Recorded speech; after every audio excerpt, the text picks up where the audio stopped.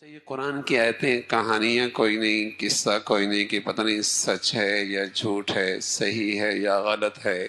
اللہ کا کہا تو سچا ہے بھائی۔ ام حسب الذین اجترحوا السیئات ان نجعلہم کالذین آمنوا وعملوا الصالحات سواء محیاہم ومماتہم ساء ما یحکمون۔ فرمایا ایک نیکی کرنے والا، ایک بدی کھانے کرنے والا، ایک حلال کھانے والا، ایک حرام کھانے والا، ایک سچائی اور امانت والا، ایک خائن اور ود عہدی اور عہد شکنی کرنے والا، ایک نماز پڑھنے والا، ایک بے نماز، ایک باحیا، ایک بے حیا۔ فرمایا کیا خیال ہے تمہارا، ان کا جینا مرنا ایک جیسے ہوگا؟ اللہ کہہ رہا ہے کیا تمہارا کیا خیال ہے ان کا جینا مرنا ایک جیسے ہوگا؟ فرمایا ساء ما یکون، بڑا غلط فیصلہ کرتا۔ ایسا نہیں ہے، ایسا نہیں ہے کہ دونوں کا جینا مرنا کل ایک جیسے ہو، ایسا نہیں ہے۔ فرمایا ساء ما یحکمون، بڑا غلط فیصلہ کرتے ہو۔ تو میرے عزیزو، جانے والا ایک پیغام دے کے جایا کرتا ہے کہ کل تم نے بھی یہ سفر طے کرنا، پتہ نہیں وہ کل کب ہے، کس لمحے۔ فضا میں رکھا چراغ ہے، ایک جھونکی کی دیر ہے، دن میں یہ زمین کے اوپر ہے، شام منو من مٹی کے نیچے ہے۔ آج یہ دوستوں میں ہے، کل یہ تنہائی اور اس منو من مٹی کے نیچے پڑا ہے۔ یہ فضا میں رکھا ایک چراغ ہے، ایک جھونکے کی دیر ہے۔ تو جانے والا یہ پیغام دے کے جاتا ہے یہ سفر کل تم نے بھی طے کرنا ہے۔ یا صاحبی لا تغترر بتنعم فإن النعيم يزول والعمر ينفذ وإذا حملت على القبور جنازة فاعلم أنك بعدها محمول۔ اے میرے دوست، دنیا کی اس چمک دمک پہ دھوکے میں نہ جانا، کب کس سے اس نے وفا کی ہے۔ اس دنیا کی چمک دمک نے کب کس سے وفا کی ہے۔ یا صاحبی لا تغترر بتن، یہ نعمت گئی، یہ پھر یہ دولت گئی، یہ حسن گیا، یہ شباب گیا، یہ جوانی گئی، یہ صحت گئی، یہ بڑھاپا آیا، یہ گھٹنوں میں درد آیا، یہ کمر جھکی، یہ ہاتھ خالی ہوئے، یہ جیب خالی ہوئی۔ فإن النعيم يزول والعمر ينفذ وإذا حملت على القبور جنازة، جب تم کسی کو کندھا دے کر اسے قبر لے کے قبر پہ لے کے جا رہے ہو، ایک لمحے کے لیے سوچ لو کل دنیا والے تمہیں بھی اسی بے بسی کے عالم میں یہاں گھر سے اٹھا کے لے جائیں گے۔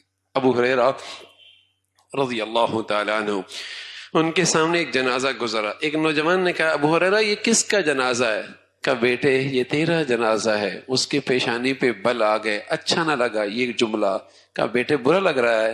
چلو یہ میرا جنازہ ہے، اس لیے کہ جانے والا بتا گیا کل تو نے بھی یوں ہی جانا ہے۔ جانے والا بتا گیا ہے یہ تو نے بھی یہی جانا ہے۔ تو میں کسی کا بھائی گیا، کسی کا ابا گیا، کسی کا بڑا گیا، اس کے لیے سب سے بڑا صدقہ جاریہ کیا ہے؟ اس کے لیے سب سے بڑا مسجد بنانے سے زیادہ، اسپتال بنانے سے زیادہ، مدرسہ بنانے سے بھی زیادہ بڑا صدقہ جاریہ کیا ہے؟ سب سے بڑا صدقہ جاریہ یہ ہے اس کی اولاد پہلے سے زیادہ نیک بن جائے۔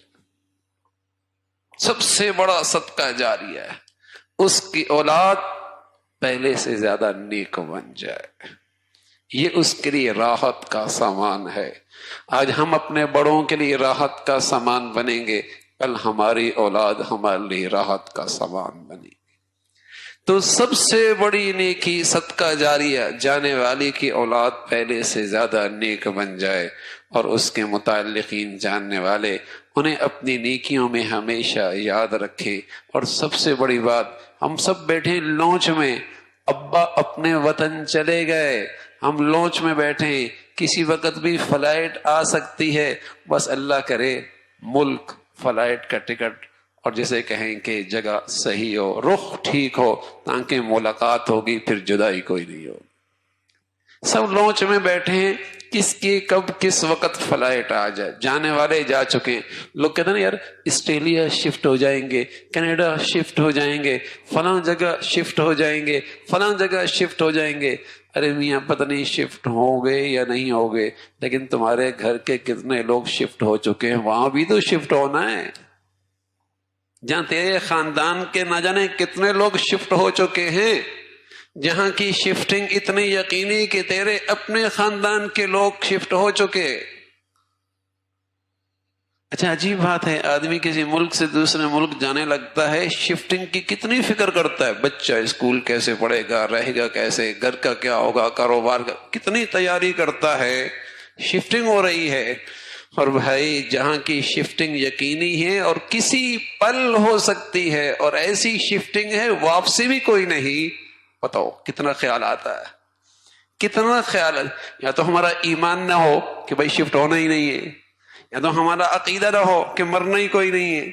اگر شفٹنگ یقینی ہے اور میرے گھر کے کئی لوگ شفٹ ہو چکے، تیاری کتنی ہے۔